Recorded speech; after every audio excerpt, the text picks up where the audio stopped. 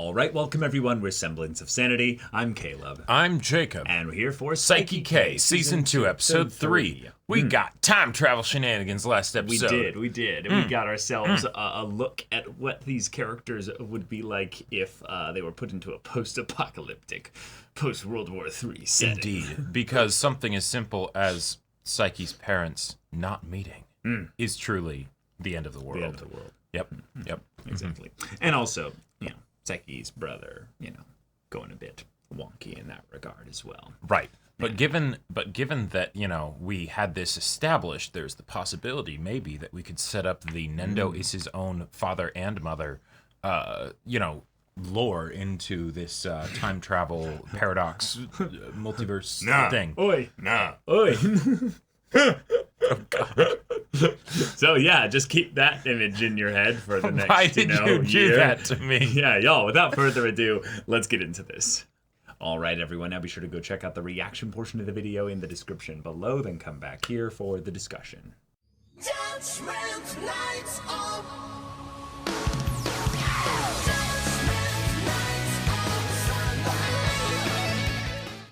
We were gifted with a glorious episode this day. That was wonderful. Midori Saiko. Oh my god. Yep. His fucking double skit level just... Oh yeah. Absolutely I love beautiful. that so much. Right, like, because of course, he has to adjust to the fact that the people that he's trying to impress are some of the biggest dumbasses in existence. The stupidest kids. And in some ways, Aren was actually like trying to champion the idea of like, no, don't let him, don't let him sway you. Yeah. Aren was probably the most normal one, right? And is then trying to like cling to like he's being all condescending again. being all stuck up. 100 million. That's the average toothbrush has that much bacteria. What are you even talking about? That's not that big of a deal. The pachinko parlor's parking lot has more like gold and like rich stuff. And I was like thinking, actually, that's kind of true. He's probably right in that pachinko parlors are so fucking glowing and golden and blah. There probably is a lot of wealthy stuff like going on there, but it's also more just lights and illusion, really, than big space. A lot of people actual valuable stuff. Right. It's more like to try and grab your eye. No. Don't you know value is just an agreement based on people in society? Don't you mean cha-ching? So that the poop stone, the shit rock, it's like, yes, a very valuable, priceless piece of art. Literally something that they just like found on the street, looking around for, funny looking rocks. So, okay. That was wonderful, and they didn't even really replay jokes from previous bits. Nope. They totally could have. They absolutely could have had, a piece of Nendo's artwork, randomly at the house. They could have had Mira have successfully infiltrated the staff or something like that. No. Have her be found as Saiki is eating some of the Jello stuff. She's already inside it, buried underneath, and she's just don't say anything. She's just in a corner, and they both thumbs up at each other, No, she's in a Hannibal Lecter kind of thing with a muzzle over her face, because that was what he had to do in order to get this place made.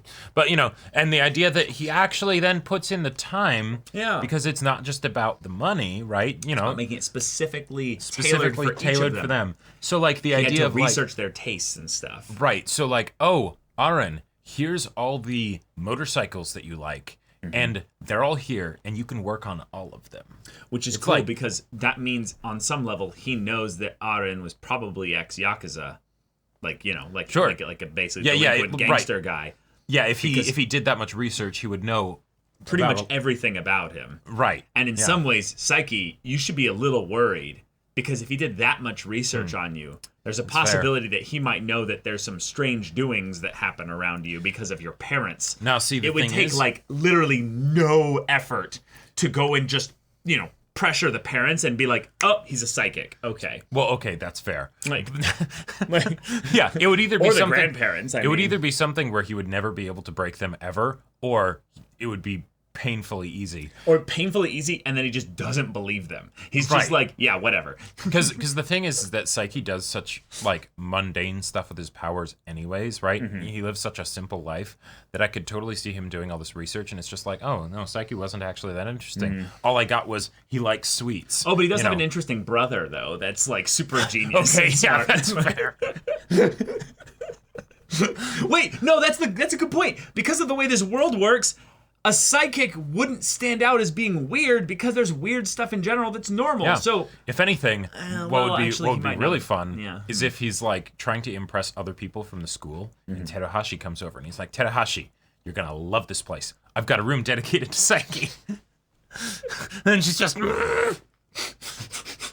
just steam blowing from the nose. Exactly. Oh my god. But I love that we also had them kind of go, hey, buddy, like, we'll entertain you next time. Yeah, We'll go to a exactly. candy store. We'll go and, like, just have some fun or what have you. And he's like, ugh, you guys didn't get it. right. Yeah. It's like, but, yeah, sure, no, dude. they didn't. Yeah, they didn't at all. Yeah. They're the ones who didn't. Yep. Right. But then, of course, Nendo, he got stuck in the door. Yep. Because he was getting so bored, he was wanting to leave, Right, exactly. But the idea that, like, at the beginning, they just had Nendo randomly be like, oh, no, yeah, my dad died before I was born, so I was never able to be taken to a place like this. And they're just like, okay, don't worry about it. You have all the fun you want. Oh. That was wonderful. But yeah, the snow skit was great for both the cold and then combination of having that be a snowman kind of thing, because it's literally the most wholesome shit that both these boys, they are obviously good friends, right? Mm-hmm. Shun and Nendo. Yes. But the idea that they always go to Saiki instead of just hanging out together, they're like, well, we have to get our bro, our pal, our buddy. Yeah. Oi, yeah. And obviously, when they go and do their goofy shit of like, Nendo, like, they're not doing this with Saiki. They're not demanding that Saiki be involved. They're matching Saiki's. Well, not matching Saiki's energy. Not really. They're not pestering Saiki. They're not like pestering Saiki because he's got his own way that he does things, right? But he's just there and being with them, and hey, participation. There and you go. he helped make the snowman. Like it was awesome. I would have loved to see a little bit more as to how the snowman got the way it is, because it looks like it like shrunk in size, and then Saiki like also became the snowman out of just like pure just boredom of going through this shit here. Well, I think it was because they were like they were like, okay, we're hanging out with our buddy, right? And he's helping us in in this way, making the snowman and everything. So they make it look a bit like him. Because why not? I think maybe that's the case, but I also think there's a possibility that they were basically making a regular snowman, but then at this point, Saiki's just like, no, fuck it, and then just becomes the snowman out of just pure Gotcha. Because it's got the glasses, it's got the pink. The pin things are a bit like on the nose. It's you like can't remove those. No, right, you can't remove them. But I'm thinking like, okay, the icicles, the gloves, the glasses, even sure, the buttons, the nose, all right. But the pins, where did they get those? Well, that's the point. It's because it's Saiki. Gotcha. Yeah. But then we have graduation. We have Moneyhara. Freaking Chio Oh my God. being like called Moneyhara. We have the revelation of Shun Kaido being senpai'd by Alphonse Calcifer Raiden senpai. Yep. Which is just hilarious because you have Raiden, obvious, fighting game reference, Calcifer from Howl's Moving Castle, and then Alphonse from Full Metal Alchemist. Right. Oh yeah. So I mean, okay. it's a nice spread. Good choices, as far as a name to give yourself. But the idea that Shun Kaido would have this very like heartfelt speech that he gives, and the only thing that it actually does in effect is just outing the guy as like, you were a total chuny. Total chuny back in the day. But he was actually a good guy too, because Shun was lost on school grounds. And you know what's really sad about this? That means it was his first day. Yep. And being lost on school grounds is probably really hard to do when you're, like at a school. Well, but him being so young and so probably like awkward about like, no, I don't want to let anyone know I'm lost. Right. So, Asking anybody for help. Wait, what? Yeah. Yeah, but then, I got you, buddy. Now, Yeah. was it maybe that he just saw the opportunity for a new recruit and somebody that, he could convert to his ways, Maybe. Possibly. But, hey, that's still a friend that Shun made. But I want to bring out the other thing is that because of how embarrassed he was about this, it's not because he was entirely shameless before.